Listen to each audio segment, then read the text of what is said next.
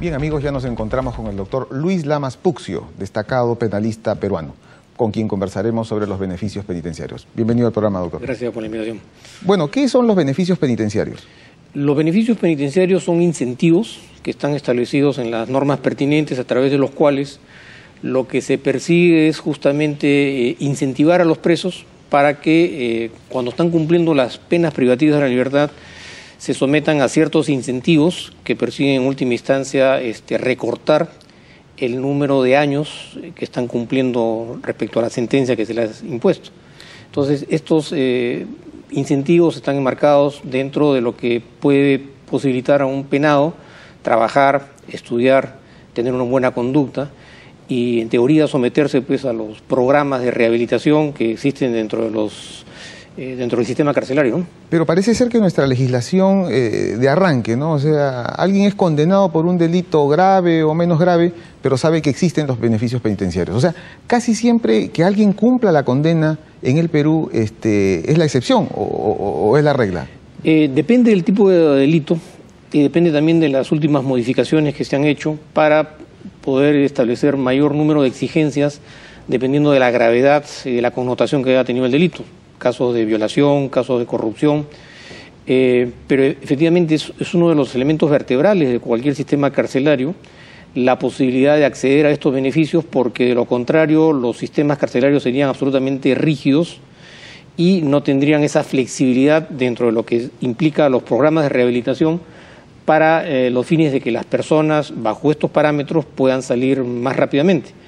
En el país, bueno, como tú lo acabas de mencionar, hay una situación bastante controvertida sobre el particular, pero creo que el problema no son en sí los beneficios, sino cómo se acceden y cómo se conceden estos beneficios.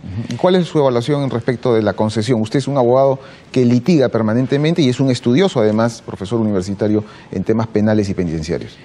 Los beneficios penitenciarios han perdido rigurosidad porque en el sistema carcelario no existe una política de rehabilitación en ámbito laboral o educativo o psicológico.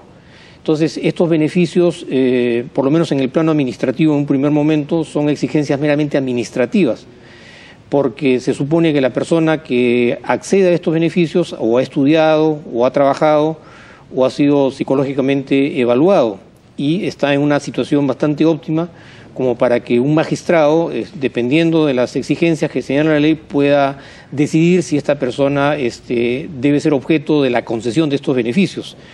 Pero en la práctica esto no sucede así, porque un sistema carcelario colapsado, sobrepoblado, en algunos casos avasallado por la corrupción, la masificación y otras lacras de carácter carcelario, es muy difícil pensar que un régimen de beneficios pueda, limitarse o supeditarse a los parámetros que están establecidos en las normas. Usted tiene una propuesta interesante. Generalmente aquí en el Perú, cuando alguien comete varios delitos, se suman las penas, no se suman, sino se le impone una de las penas, ¿no? Que generalmente es, no recuerdo bien si es la menor o la mayor, pero se subsumen todas en una sola. Pero en otros países, y el ejemplo más claro es el de los Estados Unidos, se suman y entonces terminan condenas de 100 años, de 120 años.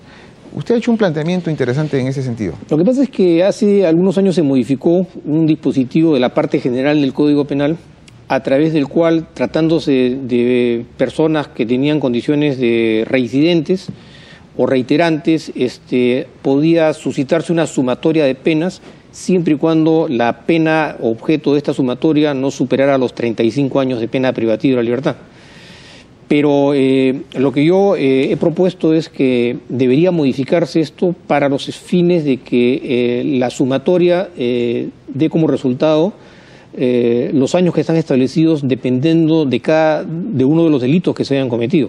Entonces, esto podría generar penas, por ejemplo, de 70, 60 o 50 años, y que generarían un efecto, frente a la opinión pública bastante relevante.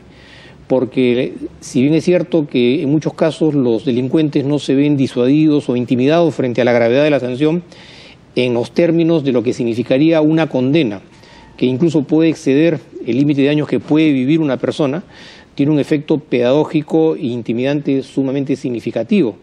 Entonces, esto sí podría ser un elemento que debería ser objeto, por lo menos como propuesta de análisis, para ver hasta qué punto conviene, dentro de una estrategia de carácter legislativo, centrar como punto vertebral la posibilidad de que esta sumatoria de penas no sea limitada a los 35 años, sino dependiendo de la gravedad de cada uno de los delitos que se haya cometido y, evidentemente, analizando otro tipo de factores, ¿no? ¿Y qué diferencia habría con la cadena perpetua? Lo que pasa es que incluso con la cadena perpetua subsiste la posibilidad de que a los 35 años sea objeto de una revisión. Lo dijo. Pero lo que pasa es que la cadena perpetua solamente está plasmada para delitos particularmente graves.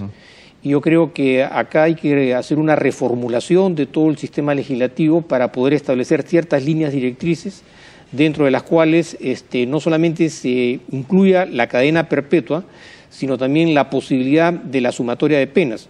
Esto también podría estar enmarcado dentro de una reformulación de los beneficios penitenciarios, porque de lo que se trataría es de conjugar distintos esfuerzos con el objetivo, con la finalidad de que la pena privativa de la libertad tenga un elemento o un factor verdaderamente disuasivo frente al crecimiento o al aumento de la delincuencia, ¿no?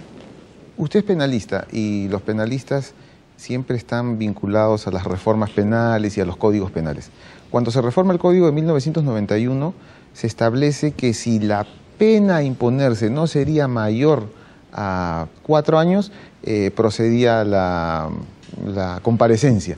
Y parece ser que todos adoptamos que esto era así. O sea, si los jueces decían, no va a tener 4 años de pena privativa de libertad, que quede libre. Y nunca se hizo una imposición de penas de 1 año, 6 meses, 7 meses, para, con el criterio de no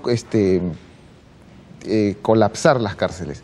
¿Qué opinión le merece esta perspectiva? Lo que pasa es que la pena privativa de la libertad es una de las tantas exigencias que están presentes para la decisión que va a tomar el juez cuando tiene que decidir la situación legal de una persona que es parte o empieza a ser parte de un proceso judicial. Entonces se parte de la premisa de que tiene que cumplirse ciertas exigencias, como es el caso del número de años que acarrea el delito que ha cometido, si esta persona tiene domicilio conocido o si existe la posibilidad de que se fugue o que altere el marco probatorio. Entonces, estos elementos son tomados en consideración para los fines de decidir si la persona, dependiendo de la gravedad del delito, va a ser objeto de una prisión preventiva. Pero esto también, con el paso de los años, se ha desnaturalizado, porque el problema que agobia al sistema de justicia no es en exclusividad un problema de carácter jurídico legislativo, es un problema logístico, de infraestructuras, es un problema presupuestal, y esto no puede ser solucionado simple y llanamente con la modificación del Código Penal.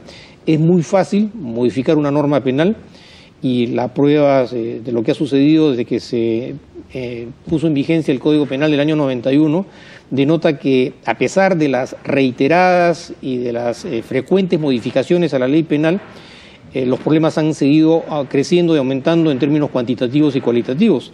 Entonces, yo creo que la ley cumple un rol importante, pero no es la panacea ni se va a solucionar problemas de otra naturaleza modificando el Código Penal, ¿no? Bien, entonces, desde su perspectiva, no es tanto reformar los beneficios penitenciarios o la legislación, sino que debe elaborarse una estrategia y además deben articularse todos los que intervienen en el sistema penitenciario.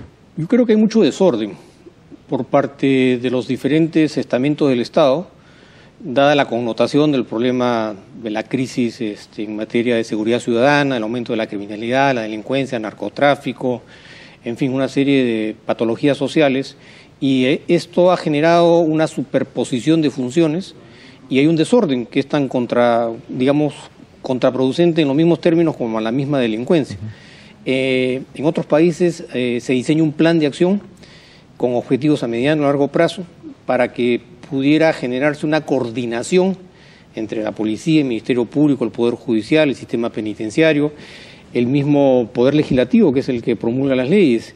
Y este plan debe ser liderado por un funcionario del más alto nivel y debe establecerse objetivos a mediano y a largo plazo para poder dosificar y racionalizar los esfuerzos frente a un problema cada día más gravitante que no solamente afecta al Perú, sino a todos los países. Bien, doctor, muchísimas gracias por estar en nuestro programa. Bien. Bien amigos, en el siguiente bloque estaremos con el vicepresidente del Tribunal Constitucional, el doctor Ernesto Álvarez Miranda, para seguir conversando sobre los beneficios penitenciarios y la jurisprudencia constitucional.